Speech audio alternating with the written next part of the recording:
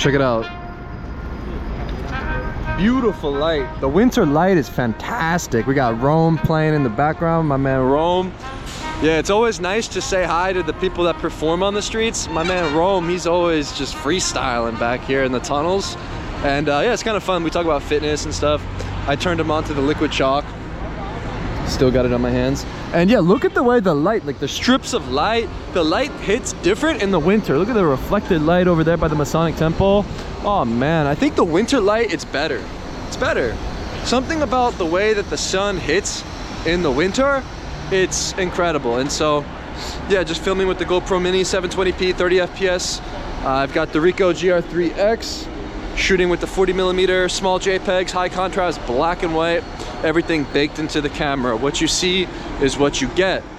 I think that the name of the game, it's within the mundane, right? As a photographer, embracing the mundane is essentially where we thrive, right? Where the nuances and gradual change of light, whether it's casted on the building or on someone's face, or there's a skateboarder passing by. You know, recognizing the patterns that exist in both nature, whether the light and human behavior, the movement, the gestures, you know, the way that the feet, you know, sort of dance upon the concrete. You know, this is to me that incredible experience of practicing street photography. It's pattern recognition. It's looking at life intensely. And photography, ultimately, I believe it just gives you an excuse to look at life, right? Where if I were to pass by the streets and go from point A to point B without a camera, you know, you're not necessarily paying attention as much, right? You may be sort of focused on something else, focused on the destination.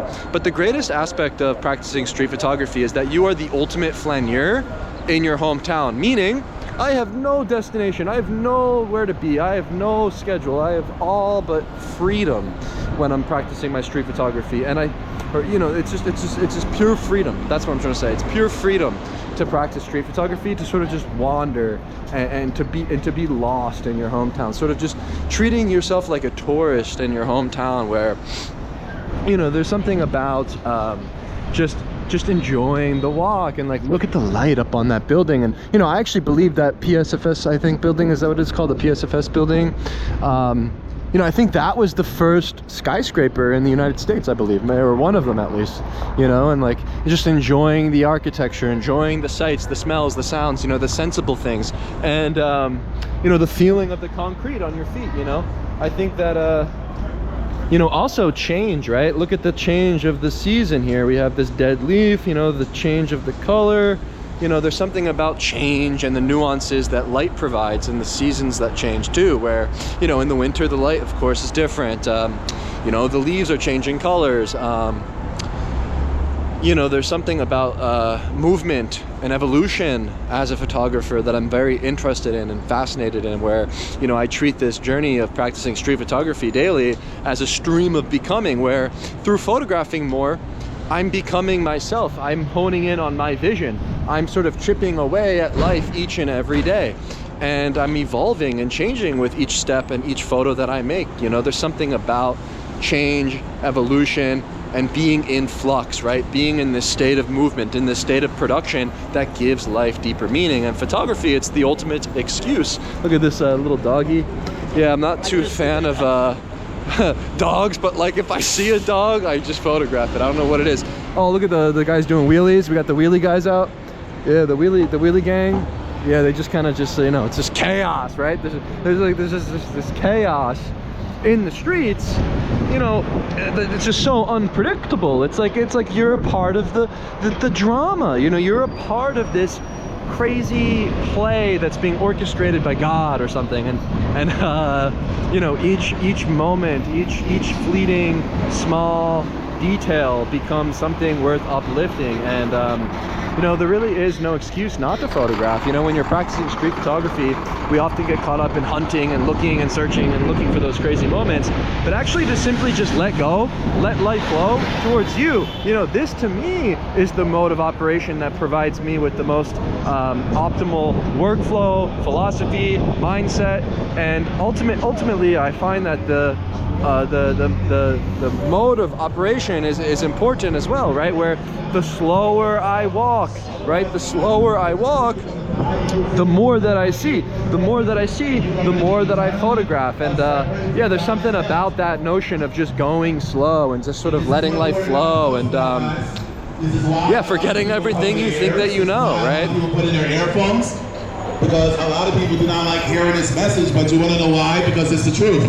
When I come out here and I talk to you about the gospel, I'm not talking to you about a fairy tale or something that could be true. No, the gospel is 100% true and accurate, and if you refuse to believe the gospel is not 100% true and accurate. Actually, if you look at the stories from the gospel more metaphorically, this is where you can actually find deeper meaning in the Bible, in the scripture, in the gospel. I think when you take it too literally, I think that is where you get caught up with this sort of like rigid worldview that ultimately maybe will lead to nihilism, right? If you look at the end of the Bible, Revelations being the sort of stories that this guy oftentimes preaches about, being this sort of catastrophic sort of separation of man, sort of going into this sort of apocalyptic sort of end time worldview that is inevitable when you actually look at the Bible literally. But actually, if you look at it metaphorically, you can draw sort of deeper understanding about these topics. And I think actually when you think about Revelations and you think about the separation of, I think it mentions 144,000, right? There's something about the amount of men and women that will be in paradise, that will be in the new kingdom.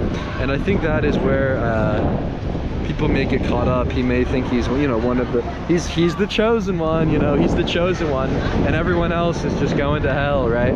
But actually, I think that the kingdom of heaven is within your heart, and the kingdom of heaven is within your body. It's within your physical soul, your physical body, right? There's something about achieving this sort of sense or a feeling or a sensation of bliss and paradise that happens physiologically, and maybe this is more esoteric or something that's maybe new age, and I don't think maybe it's like the truth, but yeah, I think actually if you think about it, right, when you're